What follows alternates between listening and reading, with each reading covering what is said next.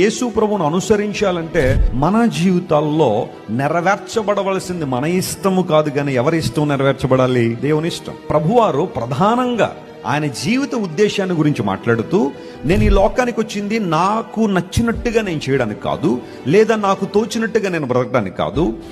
I truly believe that my father has a plan for me. నా పక్షంగా తండ్రికి ఉన్న చిత్తం ఏదైతే ఉందో అది నెరవేర్చడానికి వచ్చాను. ఇక్కడ ఒక చిన్న క్లారిటీ కూడా మీకు ఇస్తాను. యేసు ప్రభు ఎందుకు ఈ మాట చెప్పారు? మరి ఆయన దేవుడైనప్పుడు ఆయన ఎందుకు అలా చెప్పాడు అంటే జాగ్రత్తగా గమనించండి. యేసు ప్రభు దేవుడై ఉండి మానవాకారంలో ఈ లోకానికి వచ్చారు కనుక మనుష్యులమైన మనందరికీ కూడా అన్ని విషయాల్లో మాదిరి ఉంచి వెళ్ళాడు. మీరు బైబిల్ చదివితే యేసు ప్రభు మనకు మాదిరి ఉంచని ఒక్క విషయం కూడా మనం చూడం. In every way, in every area, Jesus set an example to follow him and to walk in his footsteps. నా యేసు ప్రభు నడవని మార్గంలో మనం ఎవరో నడవక్కర్లా.